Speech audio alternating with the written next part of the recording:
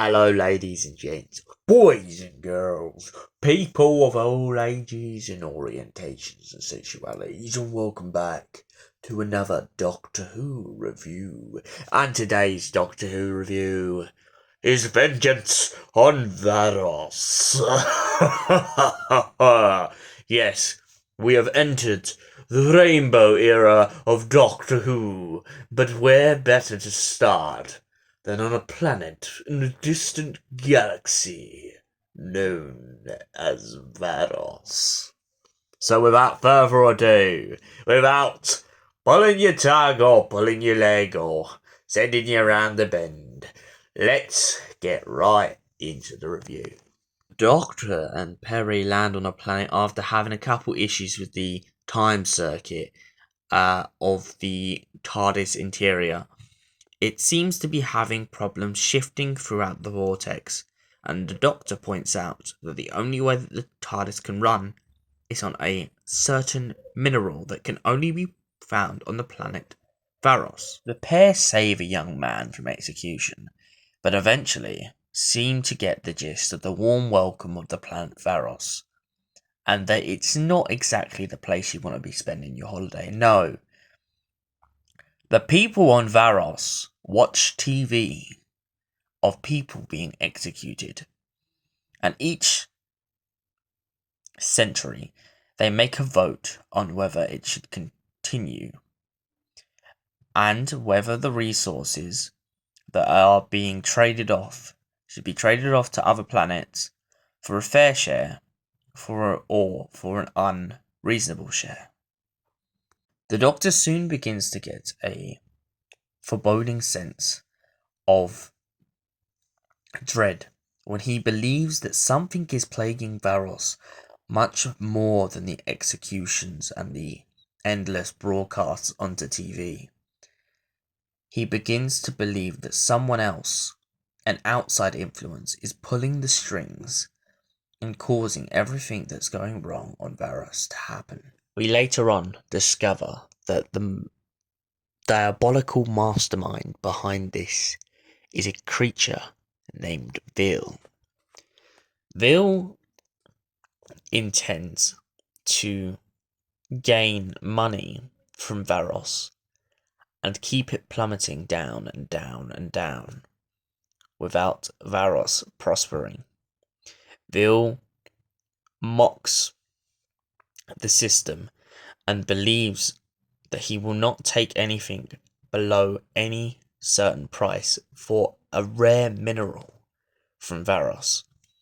And so the trade goes on and on and on, but eventually the Doctor intervenes and points out that Vil has been conning the planet for years, striping them of their minerals and costing them billions.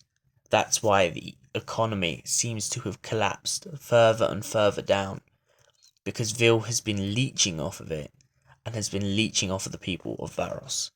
Something which the Doctor intends to stop. But when the Doctor comes to Vil's attention, Vil does everything in his power to put the Doctor out of the picture. A prime example of Vil's meddling is when the Doctor goes down a hallway and is led into believing that the hallway is a desert and that he is dying of thirst. His body also begins to believe this, as the illusion is so real, so effective, that even the room becomes heated, and the Doctor cannot do anything more than give in to the suspension of the illusion. The president of Varos cuts and edits the broadcast with his members of the crew to make suspension for anyone watching on Varos. This keeps people in suspension and also makes TV more interesting for the people on the planet to watch. But this also comes at a cost, for the president of Varos has a point to be voted in or out of office. When he's voted out of office, he is filled with a massive chain of radiation through his cells, constantly decaying and destroying him. After almost 5 terms, he only manages to get round to 3 more votes, and the last few could be a choice between life and death. Another illusion that happens to the Doctor at one point with him and his newfound friends is one of phantoms. Phantoms trying to lead him into a dark and fiery pit.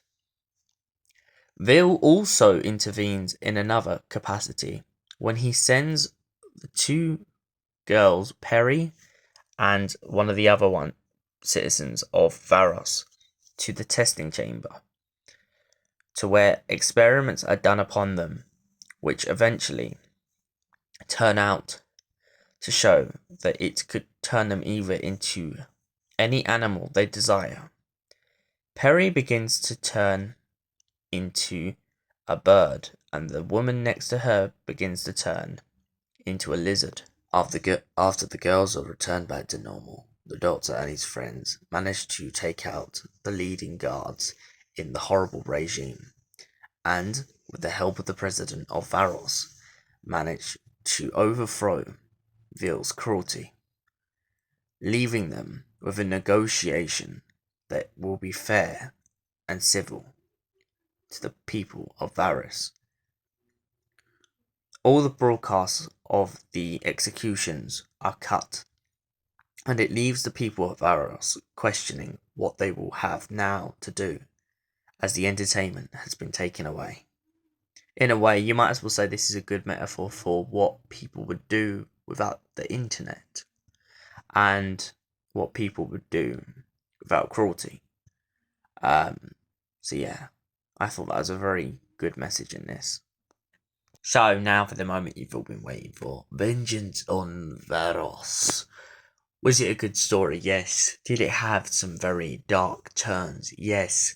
Does it deal with some very questionable things? Yes, it definitely does. And the way that it deals with it is in a very... it's in a very interesting way. I mean, on one side you have the story of communication, TV, broadcasting, and media. And on the other side, you have executions and politics and the way that a democracy can be destroyed and that a society can be run through extremism.